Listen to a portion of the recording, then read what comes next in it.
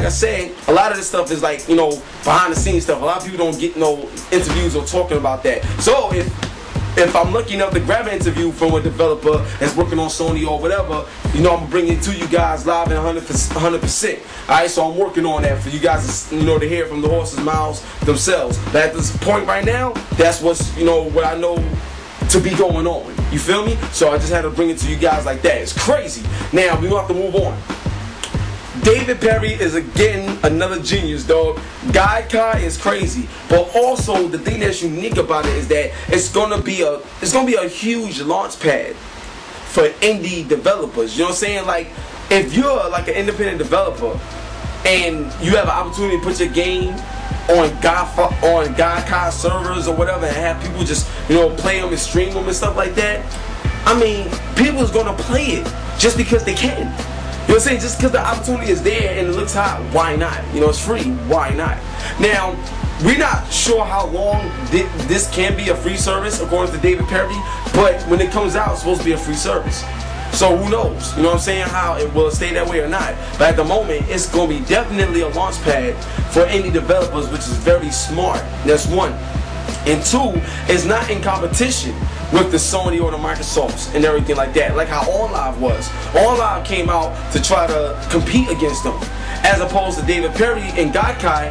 They're looking for first party support. They want support. Like, it's a whole different, you know, mindset.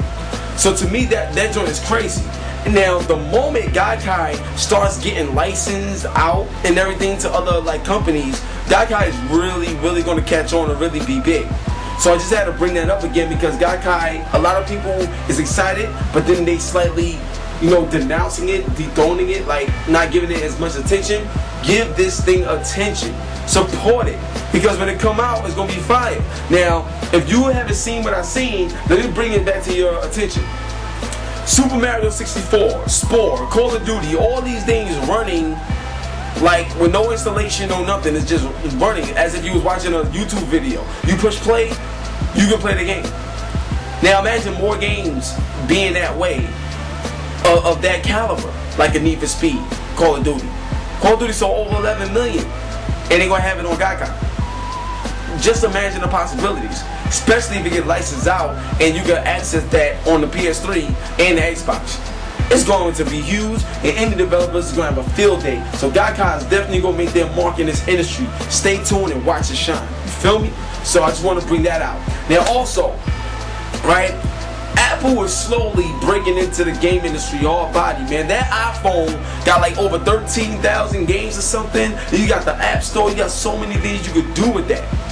You know what I mean? So I'm just telling you right now, Apple, at the rate that they're going, you know, breaking into the industry of gaming, and they already got music on lock with iTunes. They got the video on lock because they got all these gigs in their iPod. The screen is a nice size. I'm telling you, with all the money and everything that's going on right now for them, don't be surprised if they slowly, you know, break into the game market in an even bigger way than what they're doing now. And all of this is leading up to either a partnership to bring out a console in conjunction with Sony or Microsoft, or they may be doing something major as a standalone, and who knows, they get enough support, they probably can survive because they already have the support of everyday people, whether they like games or not. So you add games in the mix and it's hot, they can seal the deal just like that. They got enough money, they got enough money, they got enough, you know, community support, and if they get the developer support, which they are getting now from a portable mobile type of area, yo, they're gonna make it. So do not sleep on Apple, they're doing big things. But anyway, we're about to go into the game review. The game review of today, oh my god, dog. PSN exclusive, The Punisher. Now I'm telling you right now, watch the review, and in my opinion, this game for $10 is cool to pick up, but watch the review because you may want to pass this one up. Straight up. One love and God bless to the developers that made the game. You gotta give support to them. But this particular game, if I'm saying, everybody always be saying I rate every game high or whatever. Well, I'll tell you right now, I'm a big Punisher fan, especially off the Xbox One and PS2 version. This one is nothing like that, and they should have stayed with that. Because what they got now, just check out the review, you know what I'm saying? And also, before we get to the review, we got something else that's even more special. I want to give a shout out to my man, Raymond Padilla of G4TV. He is the managing news editor over at G4. Alright? This is big right here. So you show him respect. Enjoy the interview. The interview was like a half an hour long. So you're gonna be sitting down for a minute, but it's gonna be worth every minute. After that, you're gonna check out the game review, and then we're gonna come back with the hip hop RSS and we're gonna close it out. Alright? So one love and God bless. Enjoy the footage, baby. Peace. Yo, it's the Hip Hop Gamer Show. You already know what it is, man. Like, I have somebody on the show with me today that if you don't know who he is, you're an asshole. Nah, it's not playing. This guy's great. You know, met him out at E3. I don't want to say your name wrong, but his name is Raymond Padilla. Padilla. Okay, Raymond Padilla, managing news editor over there at G4TV, baby. Crazy right now, son. He got his own blog, his own feed on there. You gotta check him out. He's doing big things. How you feeling today, man? I'm feeling great. How are you, man? Yo, you know me, so I'm always acting stupid. Like, always having fun, man. So it's crazy. I'm enjoying myself, man. I'm glad to have you on the show.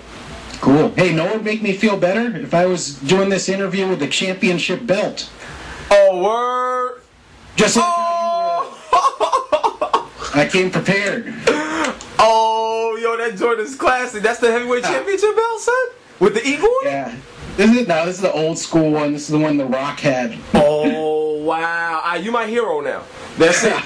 You have to bring that to next year's E3, and then we got to do an interview together with both belts. That'll be classic. I like it. Alright, so now let's jump into this, man. Now, the first question I want to ask you, honestly, is what are your impressions of David Perry's Gaikai?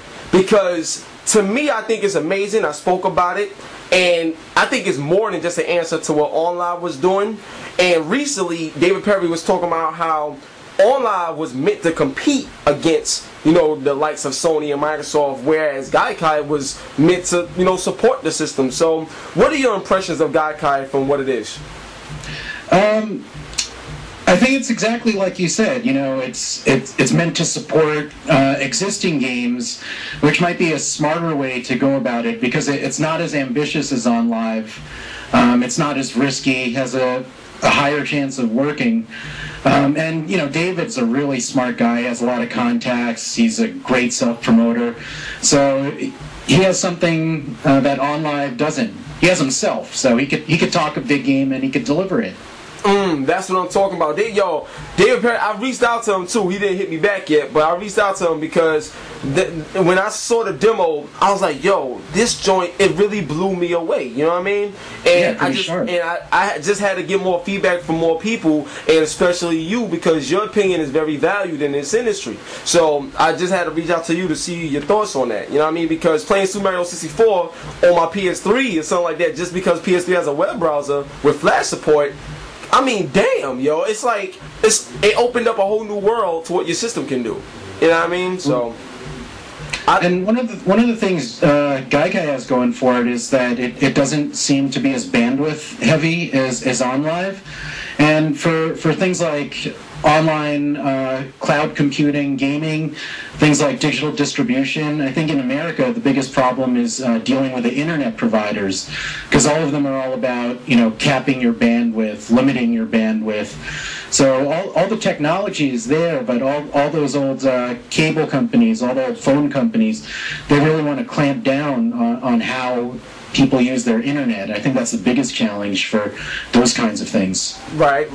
I agree with you, man. It's crazy, but I love the whole idea. Now, moving on to the next question, right?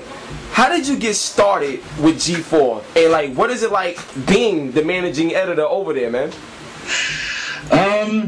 I have a pretty long history with G4. When they first started out, a good friend of mine, Tom Russo, had a pretty high director level job there. He was an old school game journalist from the print side.